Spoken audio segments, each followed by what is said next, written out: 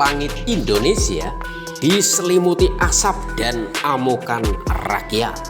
Gelombang demonstrasi terbesar sejak reformasi 1998 meledak di seluruh pelosok negeri. Dari Jakarta ke Bandung, Surabaya ke Makassar, Medan hingga Cilacap.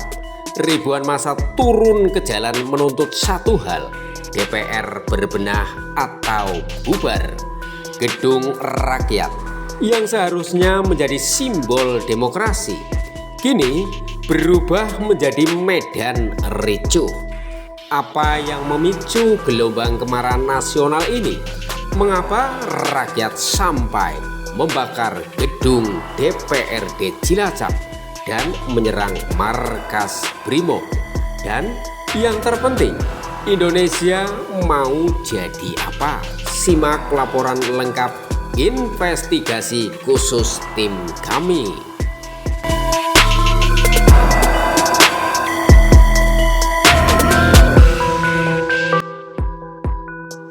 Awalnya damai, berubah jadi huru-hara nasional.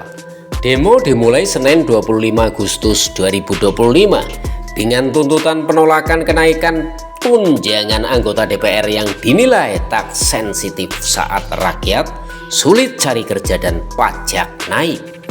Massa dari buruh, mahasiswa hingga ojol bersatu menyuarakan kekecewaan. Tapi situasi memanas ketika aparat menembak gas air mata dan water cannon. Puncaknya adalah tragedi Kamis malam 28 Agustus 2025, seorang pengemudi ojol Afwan Kurniawan tewas dilindas kendaraan taktis Brimob di Pejompongan, Jakarta.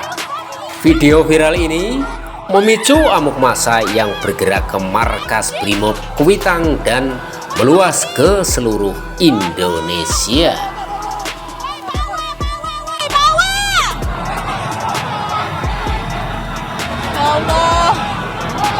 Ya Allah, bener-bener diinjak. Abangnya ke bawah dari situ, guys. Ya Allah, merinding sebadan-badan. Aku dapat banget videonya.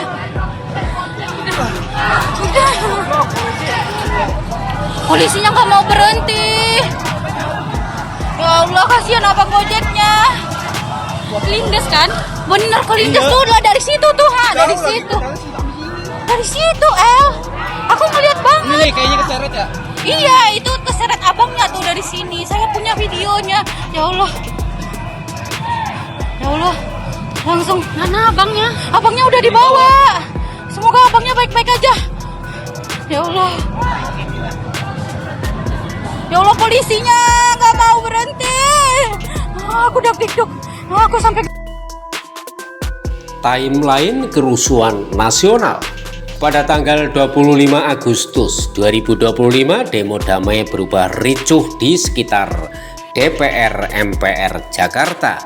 27 Agustus 2025, buruh demo tuntut kebijakan ketenagakerjaan di multiple kota.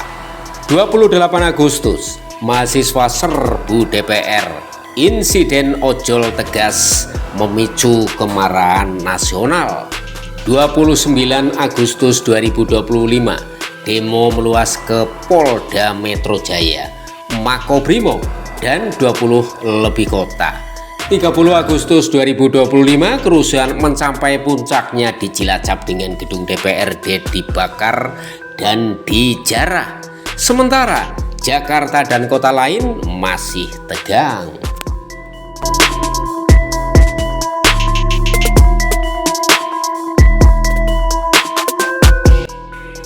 Kerusuhan ini bukan hanya soal ricuh, tapi juga kerugian material dan korban jiwa skala nasional.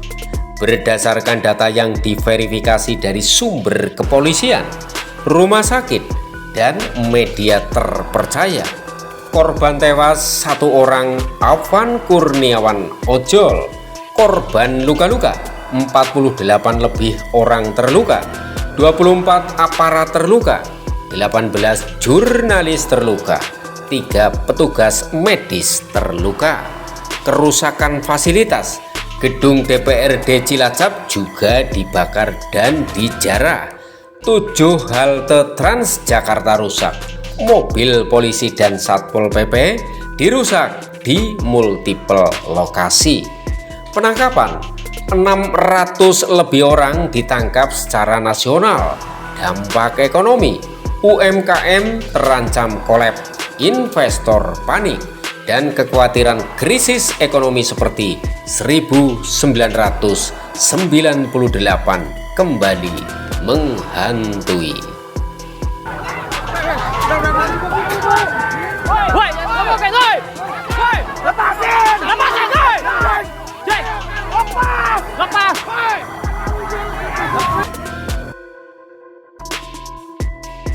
Masyarakat capek diperlakukan tak adil. Gaji anggota DPR naik, tapi masyarakat susah cari makan. DPR bukan lagi wakil rakyat. Mereka cuma peduli tunjangan dan jabatan. Masyarakat demo karena muak dengan kinerja mereka. Masa bakar gedung DPRD karena marah. Masyarakat DPR tidak dengar suara rakyat, jadi ambil jalan pintas.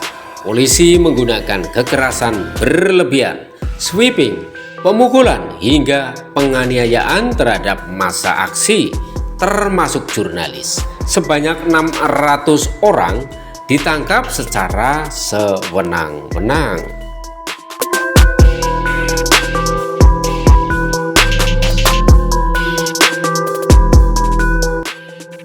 Akar kemarahan nasional ini bukan datang tiba-tiba. Ini adalah akumulasi kekecewaan puluhan tahun terhadap kinerja DPR dan pemerintah yang dinilai gagal. Ekonomi rakyat tertekan, pengangguran meningkat, kesulitan ekonomi, dan kebijakan kontroversial pemerintah.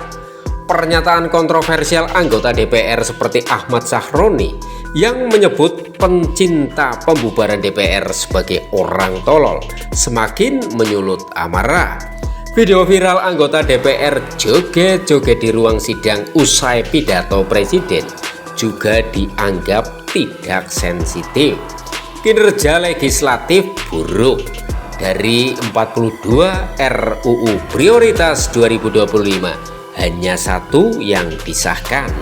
DPR juga dianggap gagal dalam fungsi pengawasan dan anggaran.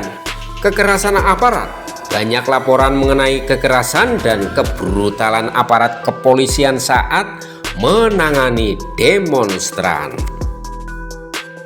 Lantas, bisakah DPR dibubarkan? Nah, secara konstitusional, pembubaran DPR hampir mustahil.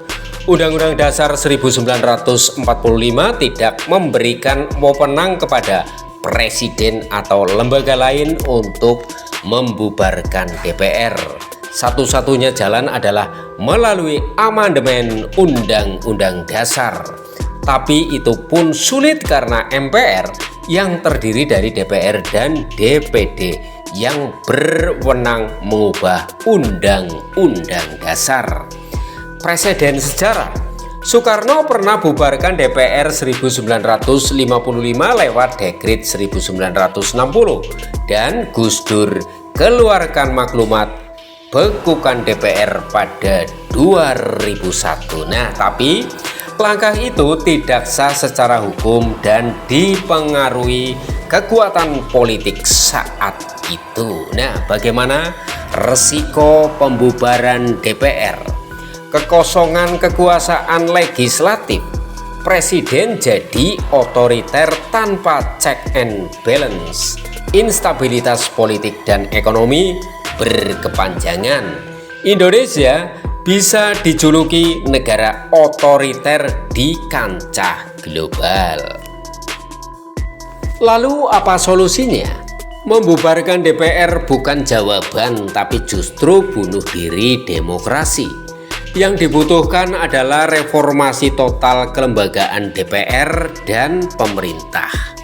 Yang pertama, transparansi anggaran dan kinerja agar rakyat tahu apa yang dilakukan wakil mereka. Yang kedua, mekanisme recall agar rakyat bisa copot anggota DPR yang gagal. Yang ketiga, sistem rekrutmen yang kompeten, bukan hanya bagi-bagi jabatan untuk kader partai. Yang keempat, DPR harus lebih empati dan jaga komunikasi publik, bukan hina rakyat. Yang kelima, pemerintah harus dengarkan suara rakyat dan hentikan kebijakan yang memberatkan. Seperti kata JK, ini akumulasi kemarahan rakyat akibat ekonomi susah dan omongan anggota DPR yang menyakitkan.